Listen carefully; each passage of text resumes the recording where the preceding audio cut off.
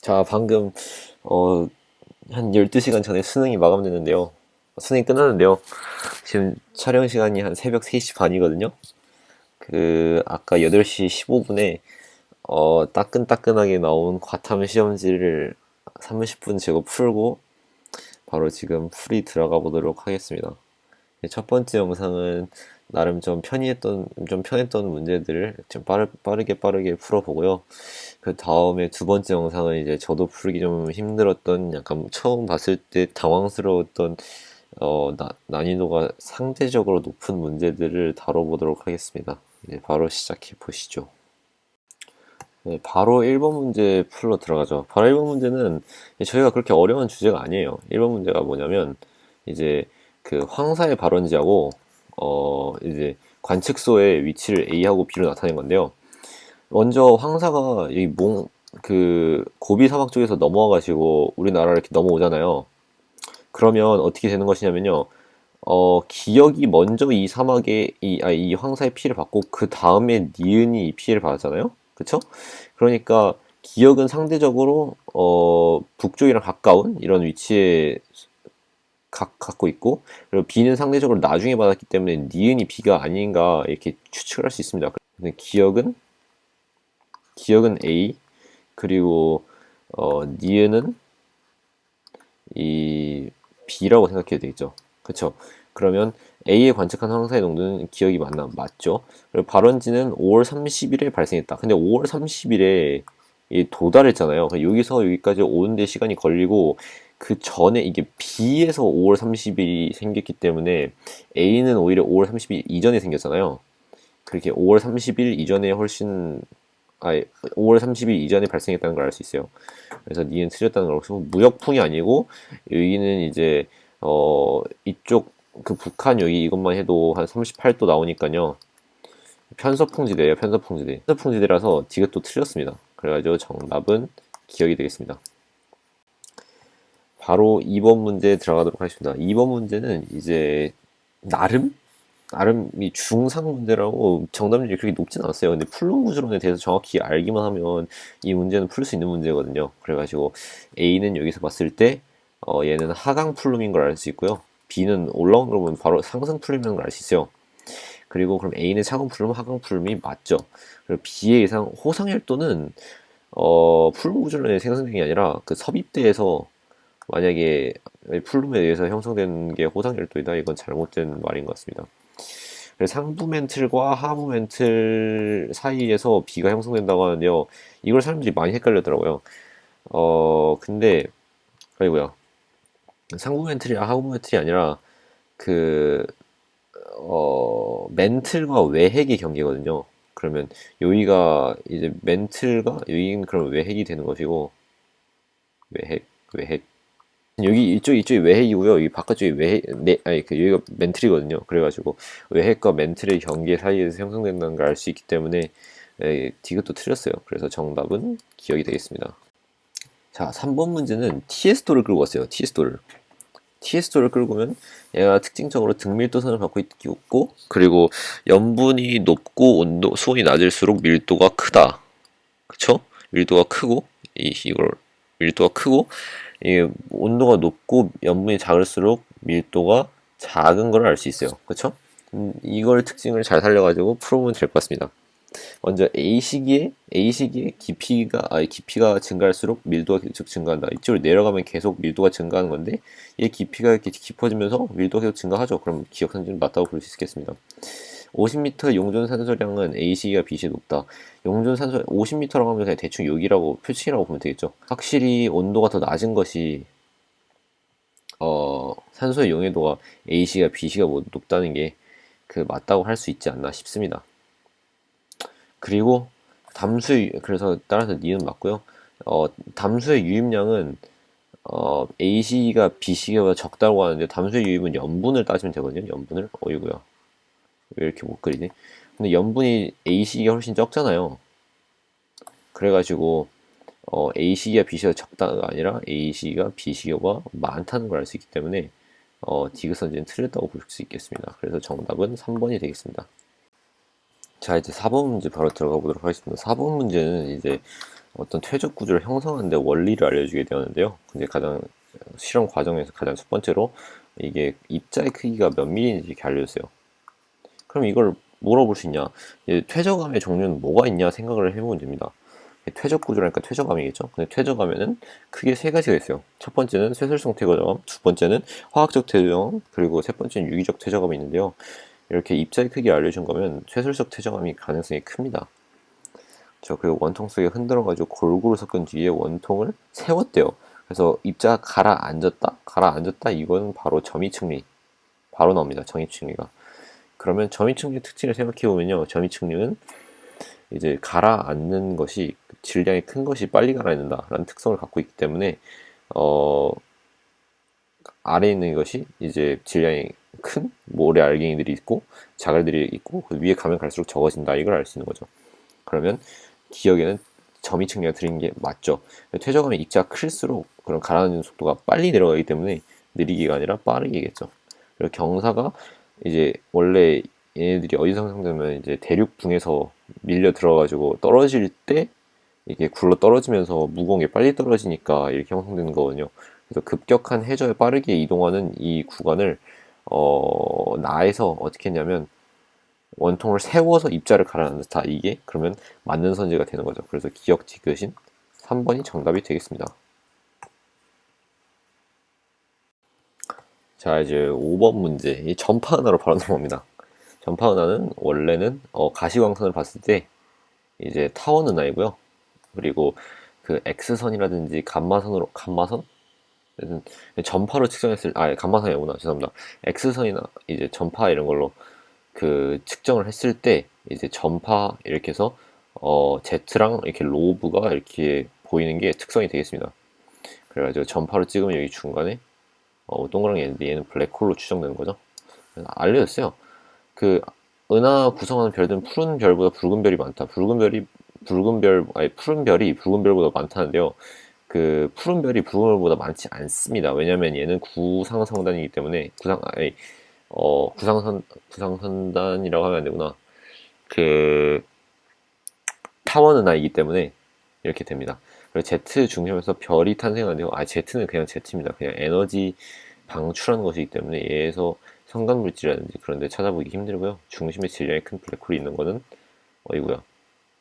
얘는 여기 그림으로도 보여줬기 때문에 얘는 정답이 맞다고 볼 수 있겠습니다. 그래서 정답은 2번. 자, 6번 문제 들어가도록 하겠습니다. 6번 문제는 이제 지질 시대에 대한 문제가 나오는데요. 지질 시대에 요즘 문제가 많이 나오질 않습니다. 그래서 그렇게 빡세게 외울 필요는 없을 것 같은데요. 그래 대충 보면 첫 A 시대 이게 뭘까요? 이게 거의 그냥 고생대라고 보면 되겠죠. 고생대. 그리고 얘는 화폐석 실종이면 중생대랑 신생대 합친 거죠. 그 중생대면 J하고 신생대면 S라 하죠. 제가 글씨를 지금 못 써요, 지금 한글로. 그래가지고 A씨가 최초의 척추등을 석출됐습니다. 얘 갑주어죠, 갑주어. 이 물고기입니다, 물고기. 이렇게 생겨가지고 이렇게 생겼어요. 갑주어. 그리고 최초의 척추동물이 맞는 거죠. B는 판기아가 분리됐어요. 판기아는 언제 분리되냐면요. 이제 고생대 말 때 생성되고 고생대 말 때 생성되고 그리고 중생대 말 때 분리되었기 때문에 얘는 중생대와 신생대가 둘 다 있기 때문에 B가 맞게 되겠습니다. 니은이 맞게 되겠습니다. 마지막에 B 기간 후에 지층에 양치식물 화석 발견했는데 양치식물을 고생대부터 쭉 있었기 때문에 고생대부터 신생대까지 쭉 양치식물이 있었기 때문에 디귿도 맞다고 볼 수 있겠습니다. 그래서 정답은 5번이 되겠습니다. 어이구요, 5번. 자, 바로 7번으로 넘어갈게요. 7번 넘어가면 이제 빅뱅 우주론에 대한 문제가 나오는데요. 여기서 암흑 에너지에 대한 문제가 많이 안 나왔어요, 이번에. 그래가지고 시간이 지날수록 우주가 팽창을 한다는 걸 여기서 보여주고요. 물질의 밀도는 일정하다. 물질 밀도는 일정하지 않습니다. 자꾸 감소하고 있어요. 그리고 여기서 배경목사의 온도 감소가 있어요. 처음에는 3000켈빈이었다가 나중에 가면 2.7켈빈 되잖아요. 2.7 이건 써지네. 켈빈 이렇게 되는데 원래는 3000켈빈이었잖아요. 근데 감소한 거랑 온도 감소한 게 맞다는 거죠. 물질의 밀도에 대한 암흑물질의 밀도는 B는 증가한다. 이거는요 원래 물질의 밀도는 계속 감소해요. 물질 밀도 계속 감소하는데 암흑 에너지는 그 꾸준히 보면 계속 증가하고 있거든요. 그래가지고 이 밀도 B는 계속 증가할 수밖에 없으므로 4번이 정답이 되겠습니다. 자, 8번 문제 보겠습니다. 8번 문제에서 먼저 태풍이 이동한 경우를 P 관측소에서 구경을 했다 하고, 그리고 기압과 풍속을 기압과 니은을 순서 없이 나타냈다고 해요. 촬영 후는 어쩌고 저쩌고 하는데요. 아니, 기억은 바로 보면 감각이죠, 감각이. 이제 육체적으로 느껴야죠, 이제. 그쵸? 기억은 기압 아니죠? 가의 기간 동안 P 풍의 시계 반대 방향. 근데 이거 보면요, 이동 경로가 이렇게 돼 있거든요? 그쵸? 이렇게 대충 나오죠? 그러면 P는 안전방향에 있기 때문에 시계 반대 방향이 맞아요. 마지막 나의 영상으로 가의 풍속이 최소일 때 측정한 건데요. 아니요, 얘가 지나갔을 때 최소는 지나가기 전이었거든요. 여기 보면. 근데 이미 지나가는 후였잖아요. 그래가지고 이제 기압이 상승하고 있을 때인데 이게 최소가 아니니까 이게 아닌 거죠. 정답은 2번이 되겠습니다. 자, 이제 9번 문제 풀이 들어가겠습니다. 9번 문제는 이제 발령과 화강암에 대해서 알려주는데요. A, B 순서 없이 나타냈다 하고 그 기억 과정과 니은 과정을 통해서 나타냈다고 해요. 근데 저희가 확실하게 알 수 있는 거는요. 니은 과정에서는요. 화강암이 나올 수가 없어요. 그래가지고 저는 그렇기 때문에 얘를 발령에다 묶었고요. 그리고 얘를 발령에다 묶었고 A 화강암 같은 경우는 여기 기억에다 묶었어요. 그렇죠? 그래가지고 기억 과정을 생성된 거는 B가 된다. 아니죠. 기억은 A죠. 니은 과정에서는 열이 공급되지 않아도 마그마가 생성된다. 니은 맞습니다. 니은은 압력 감소이기 때문에 열이 가하지 않아도 그 자동으로 용액이 돼요. 마지막으로 SiO2 함량은 이제 그 원소의 색깔을 보면 돼요. 원소의 색깔이 밝으니까 A가 SiO2 함량이 더 높아요. 그래서 정답은 4번이 되겠습니다. 자, 11번 문제 풀어보도록 하겠습니다. 먼저 H활도에서 이런 걸 다 알려줬고요. 이 주계열은 A랑 C가 있고, 그 A랑 B는 이제 적색 거성 정도 되겠죠. 그럼 별의 중심에서 생명 가능지대 A와 B의 거리가 같다. 거리가 같죠. 왜냐면 둘 다 광도가 같기 때문이에요. 광도가 같으면 그냥 그 거리가 같아요. 어이구야. 안 맞는 거 봐. 생명 가능지대 폭은 B가 C보다 넓을 것이에요. 맞습니다. 왜냐면 광도가 더 크니까요. B는 그 생명 가능지대는 이제 광도에 비례하고, 광도에 비례합니다. 뭘 그린 거야? 그쵸? 그리고 생명 가능지대에 위치한 행성에서 액체 상태에 나올 물이 존재할 수 있는 시간은 C가 A보다 길다. C가 A보다 긴 게 맞습니다. 주계열 상태에서 존재할 수 있는 시간은 C가 A보다 더 길기 때문에 5번, 디귿도 맞게 되겠습니다. 정답은 그래서 5번이 되겠습니다.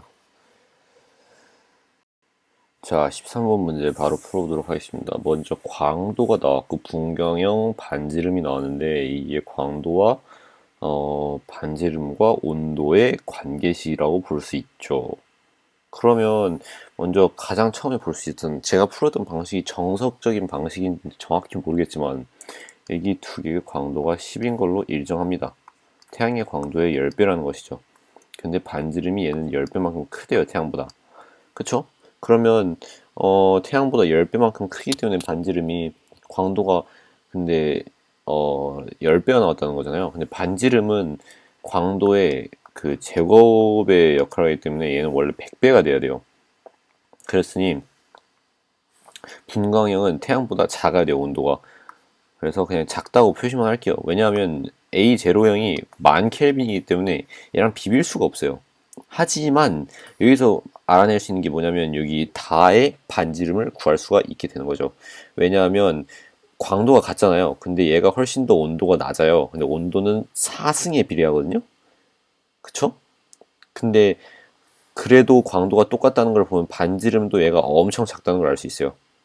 그러므로 5보다 작겠죠. 왜냐하면 4승이 나기 때문에 얘는 비교할 수 없는 차이예요. 그랬더니 광도는 그러면 당연히 얘가 10보다 훨씬 더 크게 나오겠죠. 광도가 10보다 훨씬 크게 나오겠죠. 광도 얘는. 그쵸? 그럼 바로 알 수 있는 게 뭐냐면 가의 파장이 가장 짧다가 아니라 가의 파장이 가장 길어요. 온도가 낮기 때문에. 왜냐면 람다 맥스는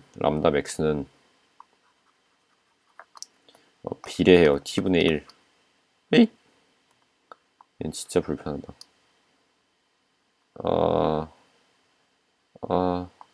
t 분의 1. 그쵸. 그렇기 때문에 아니고요. 나는 가장 작다. 광도가 가장 크기 때문에 가장 작고요. 반지름은 다가 가장 크다. 다가 가장 작겠습니다. 정답은 니은이 되겠습니다. 2번이 되겠습니다. 자, 14번 문제 아주 간단한 엘리뇨 라이냐 문제입니다. 이번 수능에는 엘리뇨 라이냐 문제가 그렇게 어렵게 나오진 않았더라고요. 그래가지고 이제 알 수 있는 게 뭐냐면 구름의 높이를 알 수 있는데요. 구름의 높이, 이제 구름의 양을 높이에 따라서 나타낸 건데요. 먼저 저희가 알 수 있는 게 뭐냐면요, 대륙권 계면이 11km 정도 있어요. 11km. 이 이상의 구름이 있어도 비가 오질 않아요. 왜냐하면 구름만 생성될 뿐 수증기가 부족해가지고 비가 내리기가 힘들다는 걸로 저는 알고 있거든요. 그래서 대부분의 구름은 여기 아래에서 형성되는 걸로 구름의 양을 측정할 수 있어요. 근데 A 같은 경우를 보면 구름이 B보다 지평선이라기보다는 땅바닥 위에 많잖아요. 그래서 평상시와 엘니뇨 시기를 비교했기 때문에 동태평양이죠. 동태평양 적도 부근이라 했죠. 그러니까 어, A는 그러면 엘니뇨가 되는 것이고 B가 평상시가 되는 거예요. B는 평상시, A는 엘니뇨, B는 평상시 이렇게 되는 거죠. A는 엘니뇨이다. 맞다. 서태평양 적도 부근의 상승 기류는 A가 B보다 활발하다. 그 서태평양 적도 부근의 해역에서 상승 기류가 나타나려면요 온도가 높아지잖아요. 그쵸?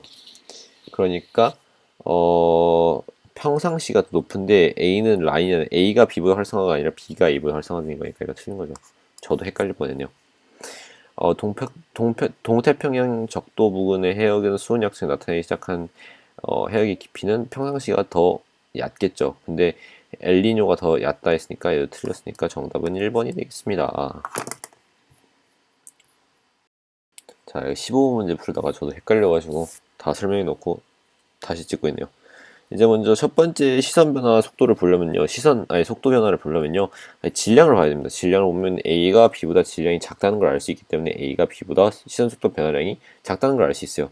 질량이 컸으면 그만큼 질량 중심이 바깥쪽에 빠져 있기 때문에 거기 중간에 있는 주기율성이 훨씬 더 그 시선 속도가 크게 변했을 거라는 걸 알 수 있고요. 그리고 별이 공통 질량 중심의 사이가 B가 C보다 짧다라 쓰는데요. B가 C보다 짧은 게 맞아요. 왜냐면 B의 공전궤도 질량과 반지름이 같은데 공전궤도 반지름이 B가 훨씬 더 짧기 때문에 C가 B가 C보다 짧은 게 맞습니다. 식현상의 겉보기 밝기 변화를 따지려면 이건 반지름을 따져야 되는데 A가 C보다 작다가 아니라 A가 C보다 크겠죠. A가 C보다 크겠죠. 그러니까 얘는 다 틀린 거니까 3번이 정답이 되겠습니다. 자, 이제 16번으로 넘어가 보자면 얘는 약간 재밌습니다. 문제가 얘는 그 수능 특강 같은 데서도 좀 나왔었던 적이 있었던 문제인 것 같습니다. 먼저 연령으로 보면 내려갈수록 연령이 많은 겁니다. 그쵸? 저는 이거 헷갈려가지고 시간 많이 걸렸어요. 그래가지고 이번 시험에 약간 뒤쪽 문제에서 못 풀었는데요. 이쪽을 가면 갈수록 안에 역전됐다는 얘기가 없었기 때문에 쭉 가면 연령이 계속 늘어나요. 계속 늘어나고 여기서 틱 하다가 다시 옛날 걸로 튕겨 올라가서 다시 연령이 증가한 다음에 그 다음에 쭉 감소하는 걸 볼 수 있죠. 그래서 대충 어떤 모양의 그게 나와야 되냐면요. 이렇게 나이가 증가하다가 끊겨서 또 증가해요. 여기서 끊겨서 증가하다 다시 이렇게 올라가는 느낌으로. 그쵸? 그럼 얘랑 가장 비슷한 느낌이 뭘까요? 바로 정답은 5번이 되겠습니다. 이게 구상하는 게 연습하다 보면 괜찮습니다. 뭐 그렇게 연습 몇 번 하면 이렇게 그렇게 어려운 문제라고 생각이 들 수 없지만 처음으로 풀면 어려웠을 수도 있을 거라는 생각이 좀 들었습니다. 자, 이제 17번 문제를 봐보자면 제가 미리 이렇게 두 가지 선을 그었는데요. 첫 번째 선지는 기억 선지는 너무 쉽게 풀 수 있기 때문에 현재 시점에서 기억은 북반구에서 여름이다? 아, 아니죠. 여름에서 겨울을 포함하고 있어요. 그래서 기억은 틀렸고요. 37도에서 A시, 현재가 A시기보다 그 연교차가 작다는데요. A시기는 우선 이렇게 꽂혀 있을 시기입니다. 그래가지고 이런 느낌으로 꽂혀 있는데요. 근데 애초에 20률을 보면 20률이 얘는 그러니까 원이랑 더 가까워졌기 때문에 원이랑 더 가까워지면 20률 아니 그 연교차가 커질 수밖에 없어요. 그래가지고 37도 연교차가 현재가 A시기보다 작은 게 맞게 되는 거죠. 그리고 37도 사우스, 그러니까 남반구 37도에선 태양이 남중했을 때 지표에 도달하는 태양 복사 에너지는 디귿이 니은보다 적다는데 아니죠. 더 많죠. 왜냐하면 디귿에서 남반구는 이제 여름이 될 것이기 때문에 디귿이 훨씬 더 많습니다. 그래서 정답은 2번이 되겠습니다. 그렇게 어려운 기후변화 문제는 아니었던 것 같습니다. 자, 이제 상대적으로 이제 쉽게 접근할 수 있었던 문제들은 다 해결한 것 같고요. 제가 그래프 해석이라든지 아니면 진짜 문제가 어지러워가지고 풀기 힘들었던 문제라든지 이제 정답률이 낮은 문제들을 2부로 편성해가지고 영상을 올려놓도록 하겠습니다. 이제 제가 봤을 때 한 5문제 정도 남았던 것 같은데요. 다음 영상에서 보도록 하겠습니다.